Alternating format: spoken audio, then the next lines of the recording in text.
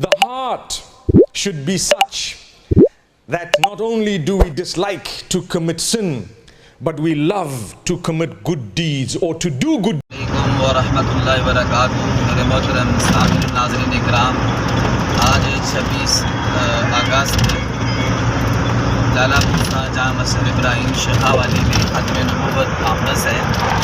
عالمی مجلس تحفظ ختم نبوت کے زیر اہتمام مولانا محمد قاسم صاحب جو مبلغ ہیں ضلع گجرات اور منڈی بہاؤالدین کے، ان کی دعوت پر حضرت مولانا محمد الیاس اوان صاحب جو ہمارے رہنمائے جمعیت علماء اسلام ضلع گجرات کے، کی زیر صدارت نگرانی ہم آج کے ختم نبوت کی کانفرنس میں شرکت کے لیے گجرات سے نکل پڑے ہیں.